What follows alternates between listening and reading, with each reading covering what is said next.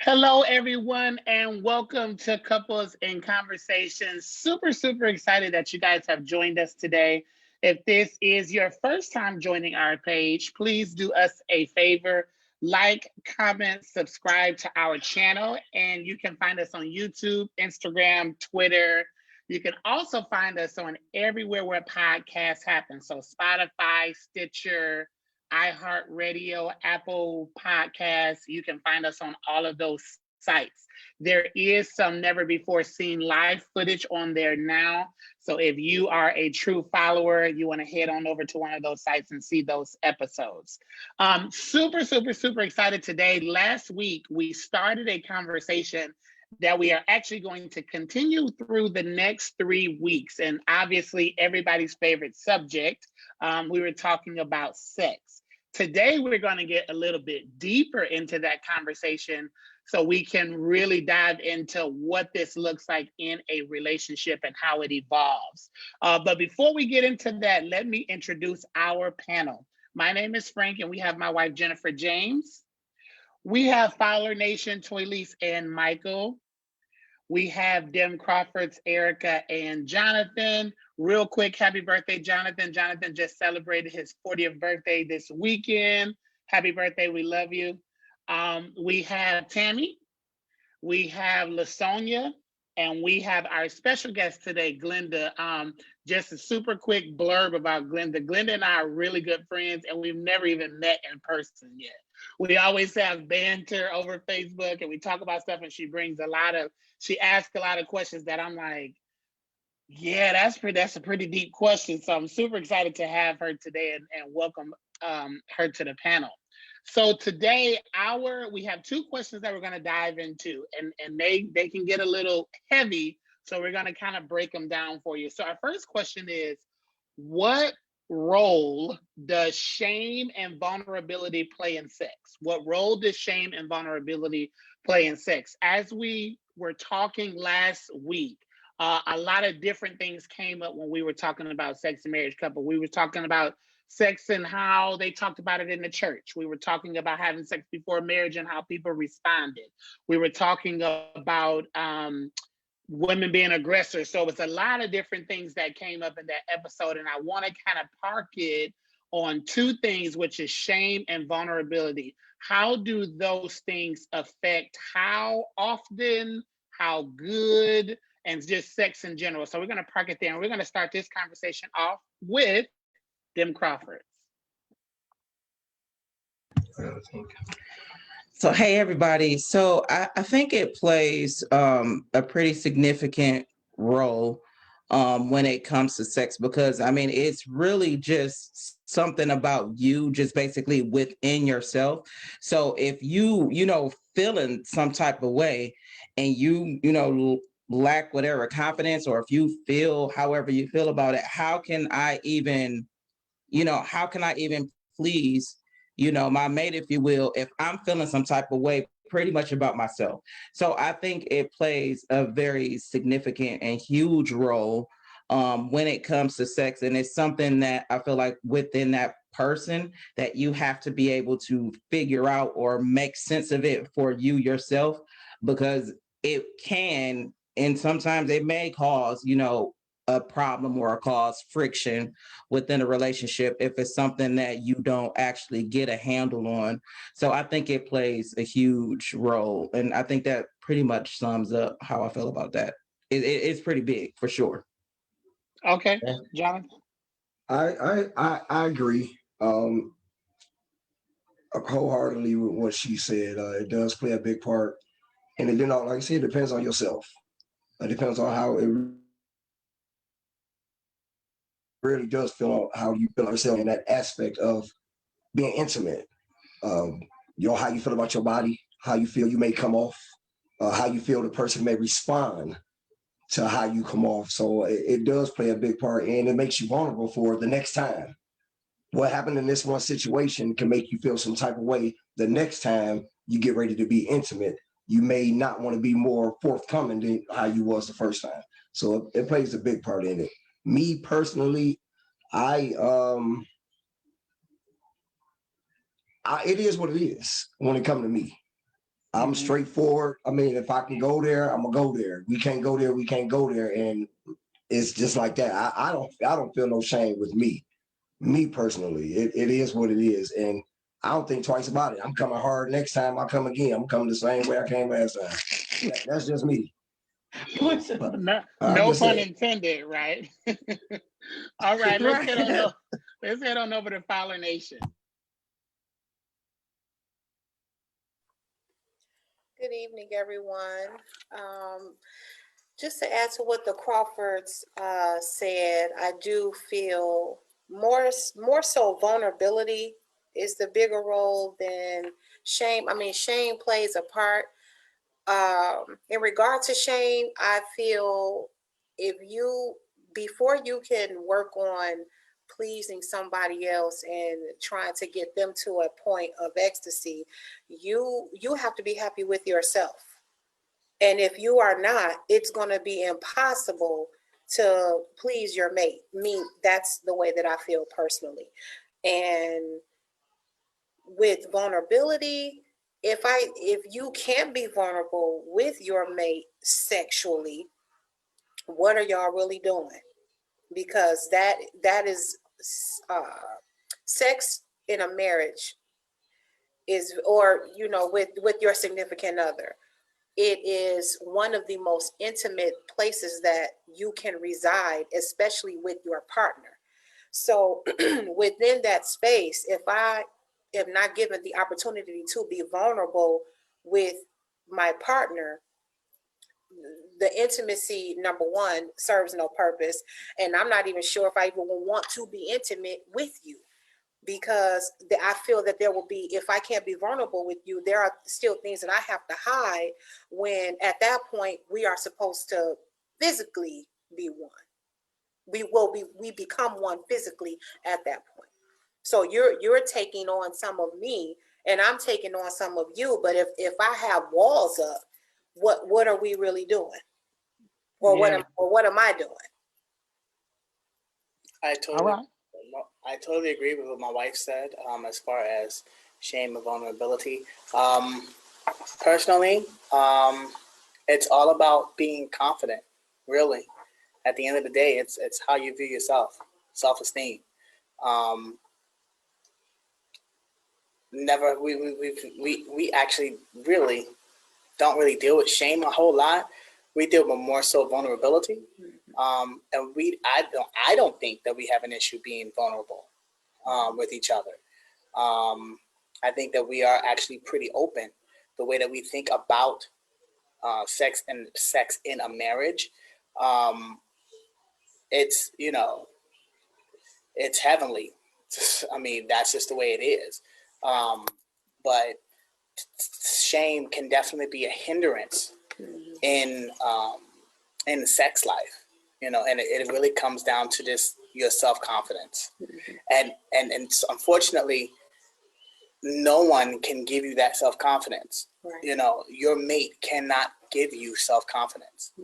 They can try, they can buy all the things in the world, and they can say all the pretty things, but if you don't feel like you're worth anything, you know, it's null and void.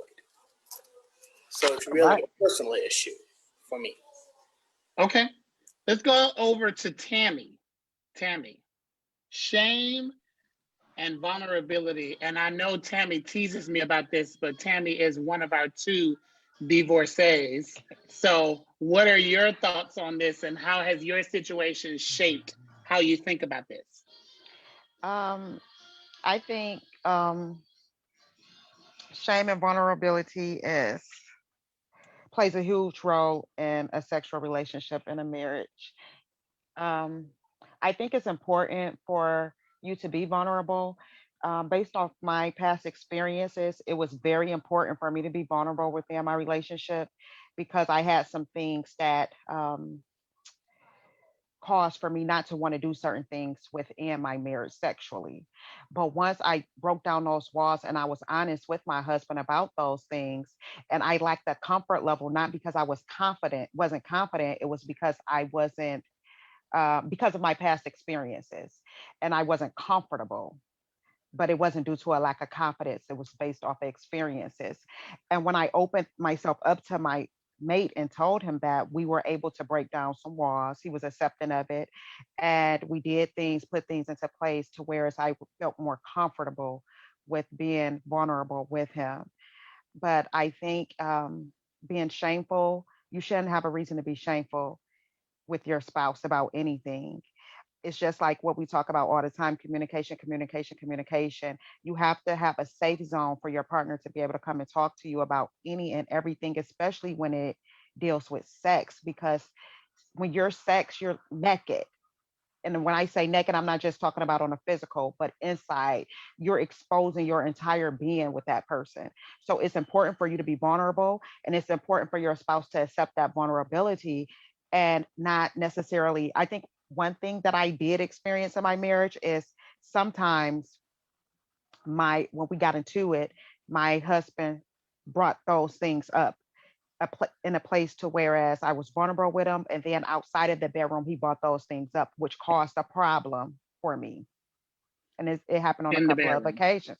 Yes, it caused a problem for me, and it wasn't necessarily on my performance. It was just based off of things that I came to him in confidence with, and he kind of like threw it in my face.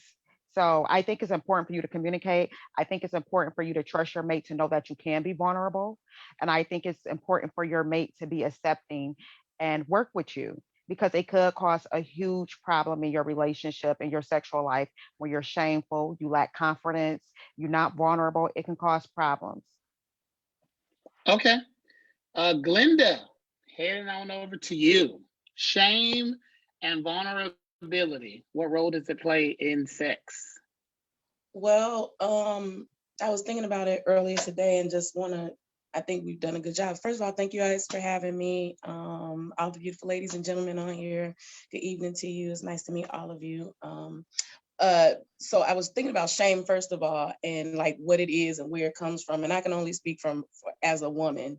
And I've been thinking, about, my posts and stuff. And I've been thinking a lot about relationships and transitioning into this world about relationships. And I feel like I've just been trying to be very self-aware of where I've been and where I am. But the thing about shame that came to me today is that you basically see yourself through somebody else's eyes that told you about a flaw about yourself.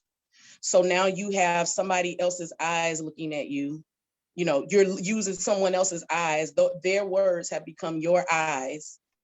And you're looking at yourself through the lens of this person that pointed out, your back row or performance or whatever it was. Or I'm just jumping in, like, something from church or something that you heard, something that you were taught, something that you may like, something that might turn you on, and you're afraid to go into that because either the stigma from church or your family or whatever else that might be. So you're looking at yourself through somebody else's eyes or wants or preferences or desires. And now you bring that into the relationship, into the bedroom. And for women, it starts before the bedroom. So if I'm ashamed in the bedroom, because women suppress a lot. And I don't know if men know that, but we suppress a lot of emotions, thoughts, feelings, wants, things that people have said to us, things we've said to ourselves, and we suppress those thoughts. And you might never know it, but I might feel a way just sitting next to you, or, whatever it is, there's something that is between us that's not letting us completely connect. And so I think that, yes, shame can cause a rift, and it causes you, whether we end up knowing it or not to get to the place that this relationship, we might both want it to be this way, whatever the case may be. But we can't get there because you're holding stuff, I'm holding stuff, and we really have this shame, this thing in between us that we can't even, like, it's like the elephant in the room. And so that's one of the things I'll leave it there, but things that I've been thinking through, like, and I'm 45, I don't mind saying that, things that I'm just realizing about myself, things that I'm just even beginning to know. And it's just such a process. But that shame definitely plays a role and can hinder sex, good sex, great sex, fabulous sex. But the sex is just a fallout of the relationship. So if the issue is if it shows up in the sex, it's already in the relationship. Okay. All right, LaSonia.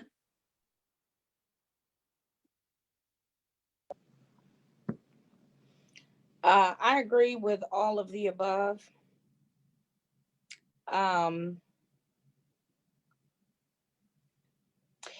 Especially with what Glenda just said. If there's a problem with the sex, there's a problem elsewhere, more than likely, whether that be with me, myself, you, yourself, or us as a couple. There's an issue somewhere. Somebody needs to heal. Something needs to heal. Something is going on there. And that's my life.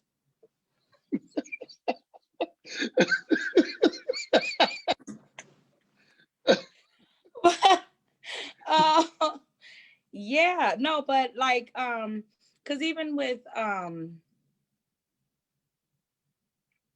I'm trying to be careful here.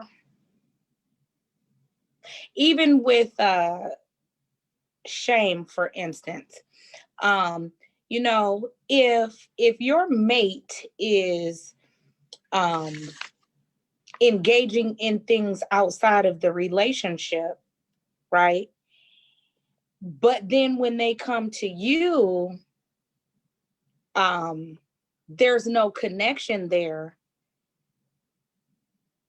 You see where I'm going with this? It's like that will cause a problem for me, because clearly I'm not what you want, need, whatever. You know, I can't do whatever it is that you're over there seeking out, or I'm not willing to do what you're over there seeking out, whatever that might be. That causes an issue. And if we're married, then this is huge. This is humongous and can make or break this whole relationship. All right, Jennifer, James. Why you say my whole name though? I agree with everyone is saying. It kind of what someone brought up last time when we were talking. Anyone can have sex, and so I think what we're all saying, it's vulnerability plays a role in making love to your partner, having that connection. And for us, because like we talked about last time, because of our lack of education prior to marriage, like all we had was the view of TV, right? And so going into it, it's supposed to be this amazing thing, like blah, blah, blah, blah, blah. But then I had to, when I came to myself, I realized someone gave them direction. You want to entice the audience, you want them to kind of be in the room, this is how you make it look, but that's not really how lovemaking the development of lovemaking, or figuring out what you and your partner are together looks like. And so early on in our marriage, we felt like we were failing because it wasn't what TV was. We didn't automatically get to that point. And it was because the vulnerability wasn't there. It was because shame was there because of other things. And we kept hitting a roadblock. Yes, we tried things. Yes, we had interactions, but the connection wasn't there. And it wasn't until we actually sat and had the conversation, which was very difficult for us because, like I said, that was sinful. I wasn't supposed to have these desires. I wasn't supposed to have these thoughts. And then it also, because I've always dealt with low self-esteem, it was, I don't want to put, even though it's my husband, still in my mind, I still don't want to give my all if I don't feel like I'm getting all in return, because I don't want him too much. And he decides he doesn't want this. And so we kept hitting that block of, I want it, but I can't really put everything into it to gain it. And I think that happens a lot of times, and maybe not in that particular way, but we have a desire as couples to get to this place of lovemaking, of intimacy, of connection, of seeing into each other and being okay with being completely naked. But we have this baggage or this idea of how it's supposed to be that blocks us from achieving that. I thank you. I agree with that completely. And like my wife shared for us, and I said it last week, but I want to share it again because I want people to really understand how serious this was for our marriage. our first time engaging in sex, literally right after it was over, oh my God, we're going to hell. What? What are we talking about here? We're going to hell for what? Because we just had sex. We're not supposed to do that. We're married. Did you forget what we did on the altar? But because that, and like Linda said, somebody else's words become your lens. The lens that she was looking through was sex being talked about in an unhealthy way. And instead of her being educated about what sex is and how it should be, it was no, no, no, no, no, don't do it, which then became a detriment to our relationship. And while I do not believe that sex is the most important thing in a relationship, it is definitely an important factor.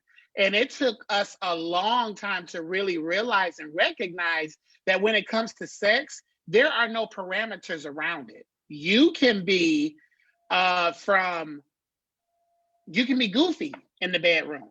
You can laugh, you can smile, you can talk, you can say, I don't like when you do this, do this. I don't like when you do this, do this. So it was so, hearing that, being a husband, hearing your wife say that, for me, even though she had somebody else's lens speaking to me, now for me, it felt like rejection. Because if we're talking about going to hell, I certainly don't want to go to hell. So, that's the whole thing playing in my head. So it felt like rejection for me. And it took a long time to get to a place where we could A, have the conversation, and B, really talk about what does this thing supposed to look like. And I felt very, I guess shame was the thing that I felt. I felt shameful that we even had to have that conversation. I don't feel the shame now, and I'm very happy to share it, because I think it's a lot of our experiences, people that have grown up in the church, when they have, for lack of a better term, recklessly talked about this subject. I think it's something that people need to know, because we really do have to do it, because again, I dealt with it for a long time. It was shame, which made me incapable of being vulnerable, which means that we didn't have any intimacy at all. It was just like, we're doing this because this is what they say married people are supposed to do. Go ahead, Toy.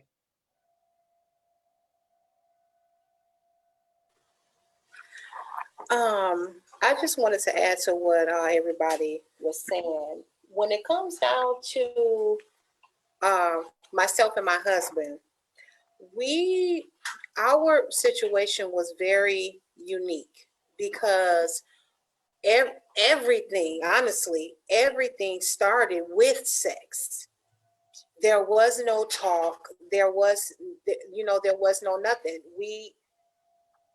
What? You stop me when I'm lying. That's not true. That is true.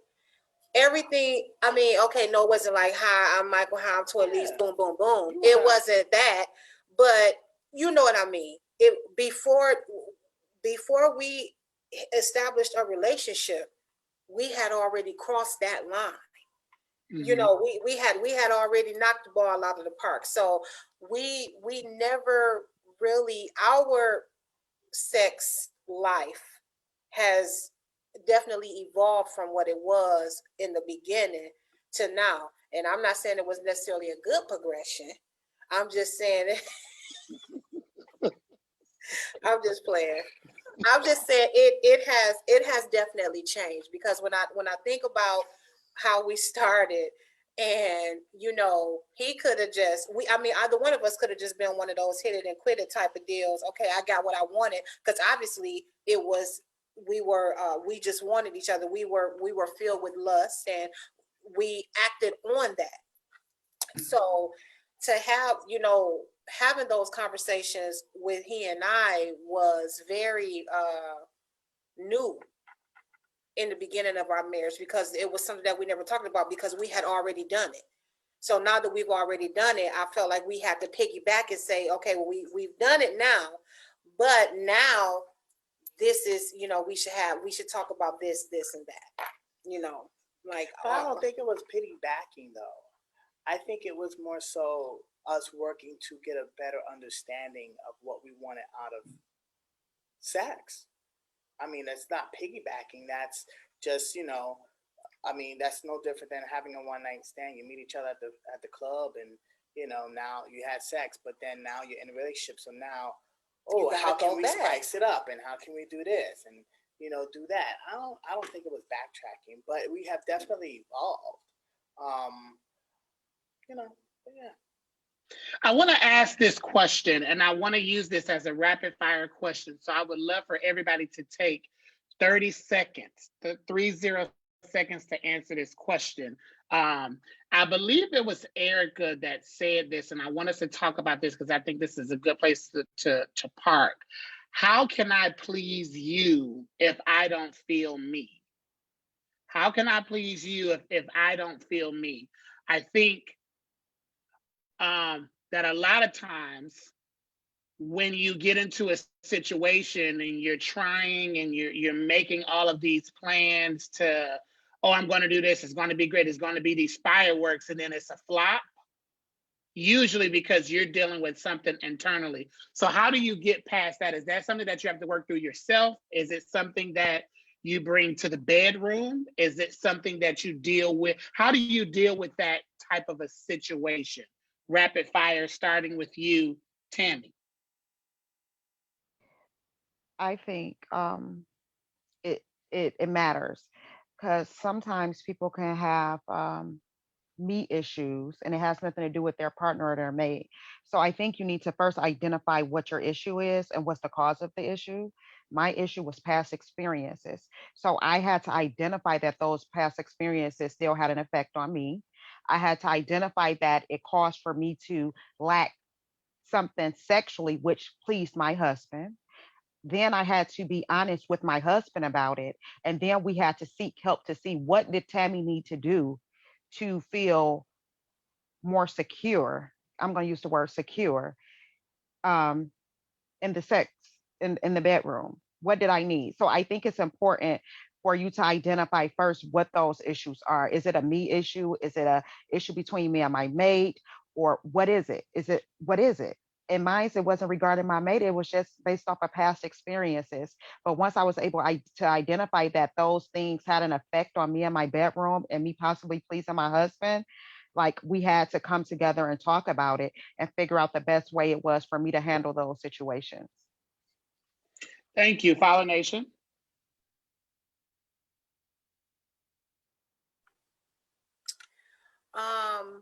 I definitely agree with what Tammy just said.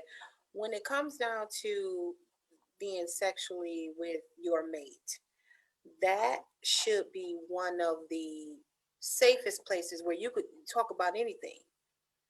There are times where my husband and we've had conversations about, whatever, something completely not related to sex, but it was during one of our sessions. So there should be no holds bar when it comes down to your bed with your mate. You should be able to talk about anything. You should be able to overcome and move on. All right, Michael. And the statement where, how can you please your mate if you don't feel a certain way about yourself? That's rough. I mean, you have to definitely work through that. And you have to have a partner that's willing to work through it with you, because that takes time. Yeah. And that's sometimes those roots run really deep. Yeah. And it doesn't even have to be associated with sex. It could be, my mom talked about the way I looked all the time. I'm always eating and stuff like that. If you're dealing with a weight issue, or a confidence, something like that, or the clothes don't fit, or I don't feel sexy, or and lo and behold, men feel the same way too. Because everything is buff body, and nobody wants a dad bod anymore. Oh, what? You said, No, I what don't. bed Reclaiming your time, Michael.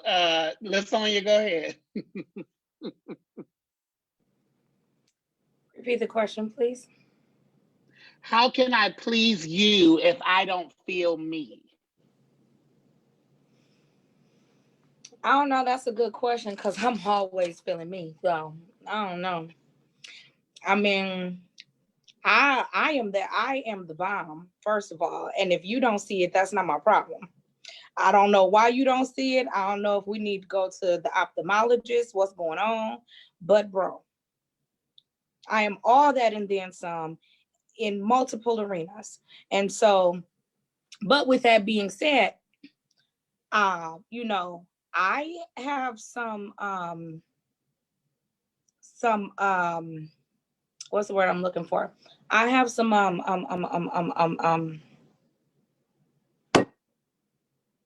I can't think of the word.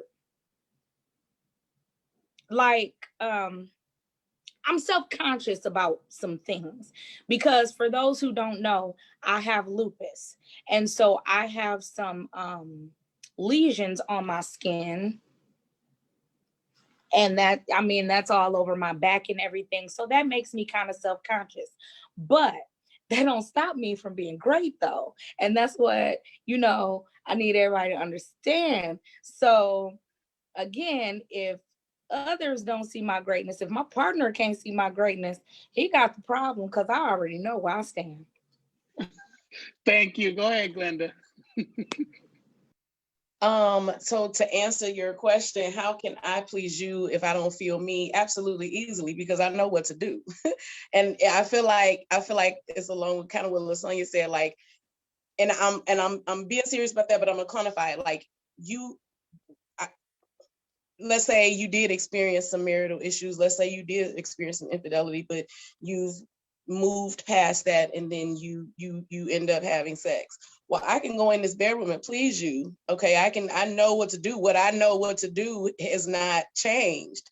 But what will happen is that you will leave out of the bedroom empty, and I'm gonna leave out full. And what I mean by that, if you understand what I'm saying, is you completely depleted. You've gotten what you needed. You have all of that.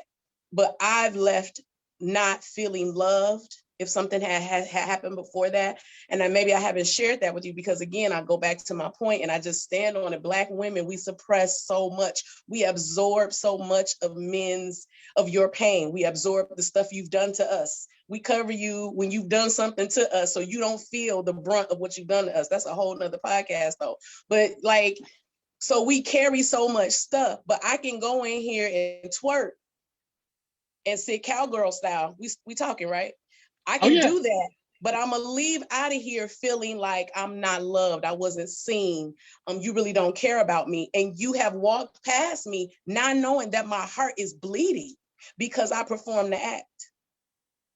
And that's why this rift continues to happen in marriages or whatever the significant relationship might be. You know, and so I think, and I don't mean to say that men don't experience that too, because it's both ways. But I can only, you know, we call to Judea, then Samaria, then to the uttermost parts of the world. So Black women come first, you know, as it relates to what we're talking about tonight. But I think I think people miss that we can make it do what it do in the bedroom, but one of us could leave out feeling even worse than when we went in there, because that sexual act makes you feel vulnerable and open, but you still didn't see me. Dem Crawfords. I agree with pretty much everything that has been said so far. But unlike other people, you know, on the panel, and I think Jen said it earlier, I've always dealt with low self-esteem. So it's not like it's something that I think I'm still, and everybody might be shocked. Some people who know me probably don't even like that's coming out of Erica's mouth. Yes, it is, because it's a true statement. And I've always dealt with it all my life. And like Glenda said, I've always looked at myself in the lens of other people. So I've always looked at myself as a perfectionist, and that's in every area of my life. I want to be 1000% perfection. And that is a blessing and it's a curse. So I feel like if I can't You know, if I'm not feeling a certain way about myself, and I thank God that I was at least able to marry a man who does not hold my insecurities in front of my face and does not throw it up into my face, and not saying, and though I made that statement, I'm pretty sure he's satisfied whenever we have sex. So that's not an issue. My thing is, though, I would love to actually be, I want to be able to step into a lot of those fantasies that he wants. But right now, at this place in my life, I can't do that because I'm not me. He's satisfied. Don't get me wrong. He wouldn't have been here for 20 some odd years if he wasn't. So that's not an issue. But however, if I want to always make sure that it's going up a level, it's something I have to work on within myself to make sure that he is fully pleased, and he knows all about that. He's well aware of what my issues are, but he's never thrown it up in my face. He encourages me. He makes me feel good in the bedroom. It's just something that I have to learn how to stop even looking at myself like what everybody else think. He think I'm the bomb. So act accordingly. And that's something, again, that I have to work on myself. All right. Well said, man. I think it's hard. It's very hard to please your mate or anyone when you're not feeling yourself. And it's a curse on both ends, on your end and on your mate's end as well, especially if you don't have an understanding mate. If you don't have a person that understands what you're going through or what you've been through, it's very tough on them, because see, now that makes them want to step out of the box and go somewhere else if they're not understanding of your situation. I do I like how my wife feels?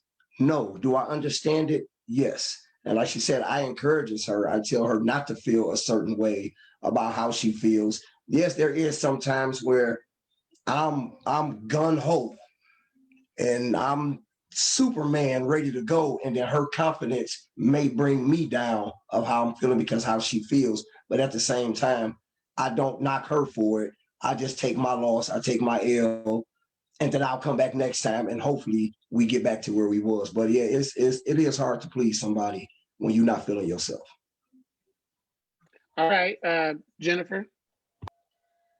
I agree with what everyone is saying, but I think that it's important to put it in the right context. So on one hand, yes, I think that you can please your partner sexually, even if you're not feeling yourself. However, if we're talking about intimacy and connecting, if this is the goal of you and your partner, although your partner may feel satisfied sexually, they're still going to feel your vibe. They're still going to know that you're hiding something, or you're not completely showing up. And so in that way, they're not completely fulfilled either, because you are not feeling like yourself.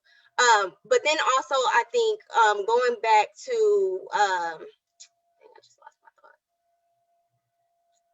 Reclaim my time. All right, go ahead, Twilly. I just wanted to add to what Erica was saying about the self-esteem and the confidence. So everybody, well, mostly everybody here on this panel, we all grew up together. So me, I have always been a Juicy Couture model. So I've always had a little extra, and my sister, physically we're polar opposites. So I was the big sister, literally, because I'm bigger than my sister. But growing up with Erica and with Tammy and with some of our other cousins who were very small when we were teenagers, that I played it a little differently, because I didn't let the fact that I didn't necessarily physically look like them change the way that I felt about myself. Because what's going to happen is if you don't like the way I look, every stretch mark, every dimple, every whatever, because guess what? Bye. And that was the mentality that I had to adopt for myself. So I really never, I've heard you got a cute face to be a big girl. Never understood that comment. You cute, I'd be ready to just pull teeth out of mouths when I hear people say that. But it's because of growing up with my cousins that I was able to be comfortable with me, because even though we were different sizes, I was never made to feel a certain kind of way because I was different. I remember one time we all went to see the point, and me, Erica, we was all with our boyfriends or whatever, and I could not get on that dang on Raptor. Remember that, Erica? They pushing, and we could not buckle that seatbelt. So nobody rode the roller coaster. And that was the kind of stuff that made me feel like, okay, well, I just can't ride it. But nobody made me feel bad. So it was moments like that is why I never dealt with self-esteem or confidence issues, because baby, and then even now, because I'm most definitely not the size that I was when me and my husband first got together, but this is 15, 16 years, 5 kids later. So guess what? Every stretch mark that you see, I've earned it. Whatever role you see, I've earned it. And if you don't like it, don't touch it, because Toy Lee's always sitting on that stay ready. Thank you. Reclaiming your time. Jennifer, then Glenda, then Lasonia. Okay, sorry about that. I had a major brain fart. But what I was saying was, going back to what Tammy has said, she had said something about her having to assess, was it a her issue or was it an us issue? And I think that that's important to identify. But at the end of the day, because you guys are one, there's never really a just me issue. Anything that impacts me impacts the relationship. But I think some people do identify it as me and us, and if it's just me, the husband is going and doing something else. And I'm not saying that that's what Tammy was saying, but in some relationships, that's your problem, you go handle that, and I'm gonna just wait until you're done. And it can't be like that if you guys are trying to build a level of connection and becoming oneness. Because like we said, in the bedroom, someone who wants to connect with you is going to feel when you are absent or feel when you are empty. And it impacts every level of your relationship and how you interact with people. Go ahead, Glenda. I was just thinking, and this is not, again, coming from a woman's standpoint, and I believe it was Toya that said, she was talking about, her and her husband before they got married. And one of the things I've been thinking about is that every experience, and even some things that God has been reminding me, like every experience that we had before we got married, we carry that into marriage. You know what I'm saying? Like it's with us. It's like, this is the only body and mind and heart and everything else that we get. So we carry whatever we've done, we carry that into the marriage. And so I wonder sometimes if men realize, and I have to say it this way, because especially when when me and my husband used to call before we got married, groove sessions. He would come over when I was in college. And I just wonder if men know that most of the time women don't show up wholly, fully to the sexual act anyway, especially if we're like, we just getting it in, because we don't believe you want to know the rest of us anyway. So this is, you gonna get Scorpio vixen, or you're going to get the sexual prowess or alpha female, whatever that is, you're going to get that, and you're going to love and like that. But really, I'm never showing up whole, because we're not in a relationship. So you don't want to know that I'm a worship leader. You don't want to know that about me. You don't want to know that, one of the things I was thinking about today was like this intimacy piece. One of the greatest things, one of the most vulnerable things is like when you first meet somebody and you actually like them and you want to get to know them, you want them to know everything about you. You want them to ask you questions. You want them to know about your past, where you're going. You want them to know like what you love to eat. But you want them to know all of those kinds of things. But if you sense in some way that a person doesn't want to know you in that way, then you leave that other 85% of yourself where it is.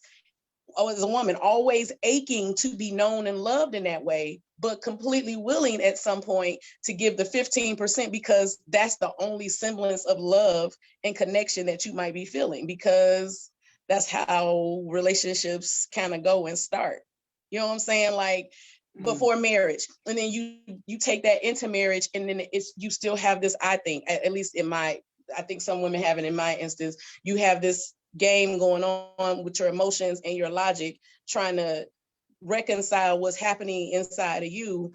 And I think sometimes that might be a hard thing for us to explain to our mate, to men in general, and even some of my best friends are men. You know what I'm saying? To try to have that conversation.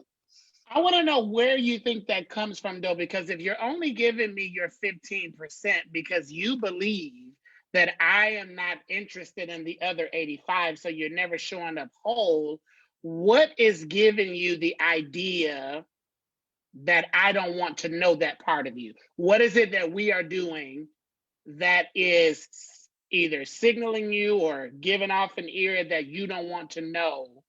How honest do you want me to be? I want you to be honest.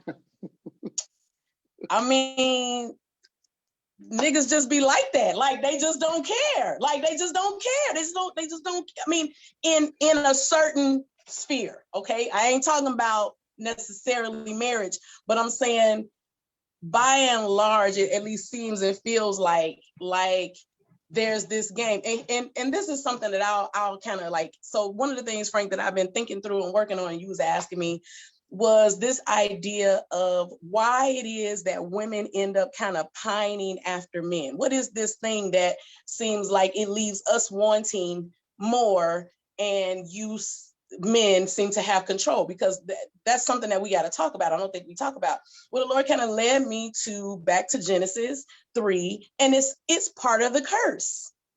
And now I'm gonna kind of launch, and I'm giving y'all some stuff that I said I wasn't gonna let out, but it's part of the curse where it says that the woman's desire will be for her husband, but then the next thing says the husband will rule over the woman. So right after the curse, right after sin happened, reciprocity went out the window, vulnerability went out the window, all of the things. And then we run over to Ephesians and says where it says like husbands, love your wives as Christ loves the church and gave himself for it, and wives, respect your husbands. Why do we have to have guidelines? We didn't have to have rules and guidelines until the curse happened. So Ephesians 3 or 5 is an issue. 5:25 is a thing because of what happened in Genesis 3. Now, I know we ain't trying to be churchy tonight, but it's something that's been bothering me, because we see women all the time in relationships not get what they want, get hurt. We got Jasmine telling us, I'm talking about preaching the gospel on hotels, and she's telling the truth. And I swear to God, I wish the church would listen to it, because she's saying things that hurt women have gone through for forever. And I think the issue, the chasm, is because we don't realize we're literally in some spaces living under the curse, which is the woman has this constant desire for the male, just in general. And then the male kind of has the auspices, the control to say, no, we only going this far. So the woman constantly wants and wants and wants, and the man has the control in the relationship when it should have always been reciprocity. It should never have been. I'm reclaiming your time. Because that's a whole nother episode. LaSonia, go ahead. My brain done went down a completely different pathway. I don't know what I was about to say. Okay, reclaiming your time. Tammy? I wanted to respond to Jennifer's response to what I said. I just wanted to clarify what I meant by when I say, is it a me problem or is it a us problem? When I say if it's a me issue, I'm not saying that it's necessarily not something that we're going to tackle together as a team. What I'm saying is people have issues based off of past experience. It could be abuse, it could be molestation, it could be anything, and they coming into the marriage with these issues. And although your spouse can support you, they can't heal you. So when I say it's a me issue, you need to identify what is your issue. Is this something that happened to me prior to marriage that I need to learn how to deal with? Because it's causing a problem within my marriage. It's causing for me to be shameful in my bedroom. It's causing for me not to be vulnerable because of what happened to me. And so that's what I meant when I said, is it a me issue? You have to identify, is it a me issue or a us issue? Or if I'm feeling ashamed because of how my spouse treated me or how he makes me feel. So that's why I think it's important to identify if it's an issue that you had based off of past experiences that has nothing to do with your husband. And then together you guys have to tackle it. But if it's a you issue, if it's a me issue, then I need to figure out what I need to do to heal. And I need to my partner also have to figure out what he needs to do to support me in that healing process. So I just wanted to clarify to Jennifer what I meant when I said me issue or a us issue, because a lot of times we go into marriages with issues. We go into marriages damaged. We go into marriages shameful. We go into marriages lacking confidence, respect, all types of stuff. And to be honest, we should be healing before we enter a marriage, but we don't. So therefore, that's why I said that. All right, Toy Leaf. I just wanted to respond to the comment that Glenda just made, because I can totally agree and relate to that, because when it comes down to me and my husband, so the first time that we had sex, we've already established that we were not married, and it was very early in our interaction with each other.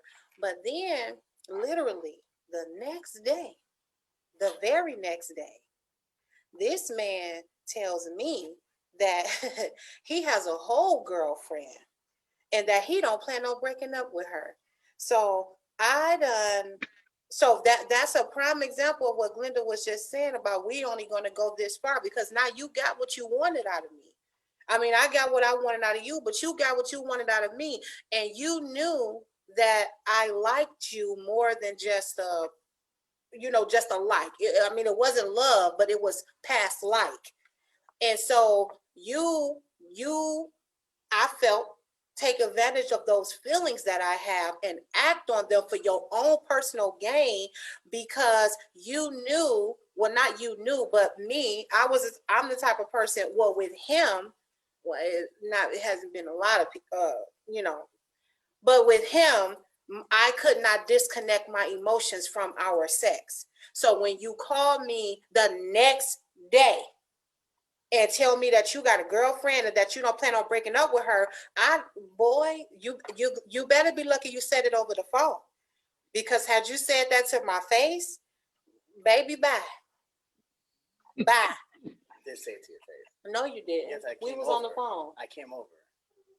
No, you said it over. Reclaiming y'all time. I think it's important though, and I haven't even asked Glenda this yet, but we're gonna have to do another episode off, because I think it's important. This whole 85-15 thing really has my mind so crazy, because I think you do a disservice to yourself, to the relationship, when you make a decision based off of something that's in your mind. We talk a lot about your spouse, your partner is not a mind reader.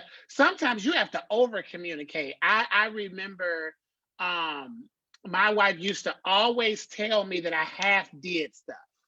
That was the language she was using, was half doing. Now we have made it past that. I've gotten better.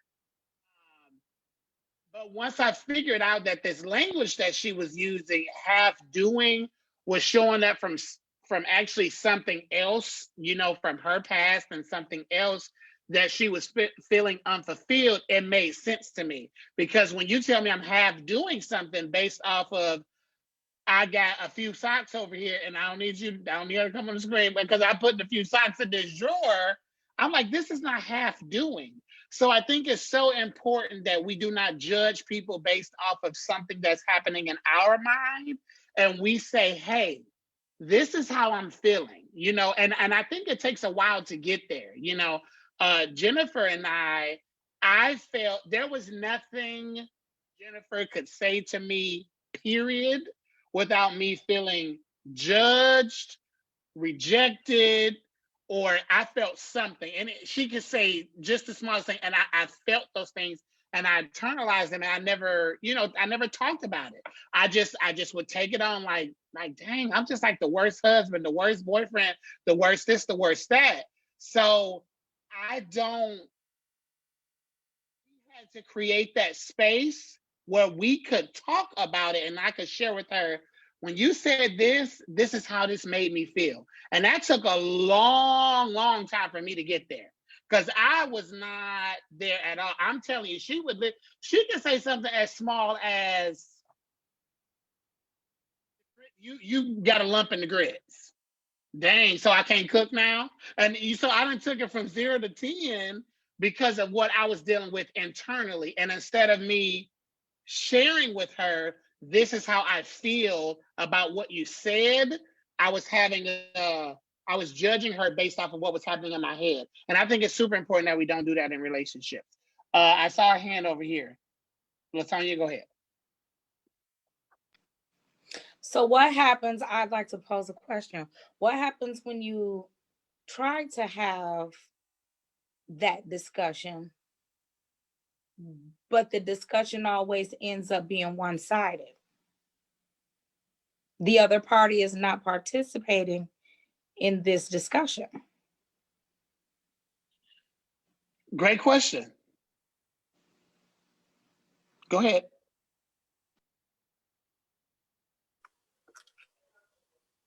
Well, I guess you Toy. don't want to be part of this relationship.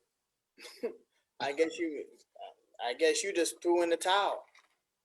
I mean, because it sounds like you don't want to see where my point of view, where I'm coming from, to even try to make the situation better or to change the circumstances. And that's just selfish, honestly. And that's very selfish to be in a relationship and you're saying that you want to be my wife, or you want to be my husband. That's very selfish, in my opinion. All right, Glenda. I was just gonna say, I think that even with that question and with you kind of like thinking through the 85-15, and that's just an arbitrary number I made up, but I think it has some truth to it. It could be 90-10, I don't know. But I think two of the culprits are the church and our culture. And specifically for us that are on here, and then maybe some people that are watching, I think that, and you mentioned it in one, I think y'all was talking about it last week. I was listening in for a little bit. Like, we just have so much misinformation and so much no information, like no talking to us about it at all. And I hear your point, Frank, because if marriage was, if you and your wife were virgins when you married? We were. You were. So like, yeah, your mindset about it and through it is going to be completely different than those of us who weren't, because like I said, like, we carry all this stuff. And so one of the things, so when I say the church and in our culture, we're not really taught, I'm not saying everybody because some are, but we're not really, I was not taught date. These are some guidelines. These are some parameters. This is what you should be looking for. This is your self-worth. This is what you should never fall for. This is what you look like. This is what you should look for. These are things, you know what I mean? Like, giving you really some honest dialogue and thought when you walk into a relationship with a man, what you should look for and what BS looks like and what it doesn't look like, what inauthenticity looks like, so that you can spot it before you all the way in it. Because by the time you realize that you already hurt, like sis said, like, her mind was already kind of in, and he had the upper hand in that relationship. And a lot of times our hearts do get in the way, and we don't have a way to, we don't have the tools, the education to know how to pull that back and not give everything at once. Because I'm one of them people that's like, once I'm in and I love you, that's it. Like, you can have it all, whatever that might be, and not just sexually. But I think the church too, so much misinformation, and so much, especially misinformation to women, and then no information to the guys. And then we come together and it don't work. It not that it doesn't work, because so many people do work. They have beautiful marriages, but all of It's a struggle. It's a struggle. It's a struggle. Yes. Sure. Absolutely a struggle. This has been absolutely great conversation. I see you guys' comments. Y'all are all up in there, and we are going to respond. We're going to pull those in. Thank you guys so much for tuning in. If this is your first time watching, please, please, please do us a favor. Like, comment, and subscribe to our page. Turn on your notification bell so that you would know the next time that we go live. I have told you guys already that we are recording some exclusive content that you can only see on our podcast website. So whichever the podcast website of your choosing is, if it's Spotify, iHeartRadio, Apple Podcasts, whatever, go on over there because we have some good stuff going there. We're actually about to get one of those going right now. Super excited about it. It's going to be phenomenal. So thank you guys so much for joining. Panel, you guys did phenomenal today. Viewers, thank you guys for watching. And just remember, until next time, communication is everything. We'll see you next time with Couples in Conversations.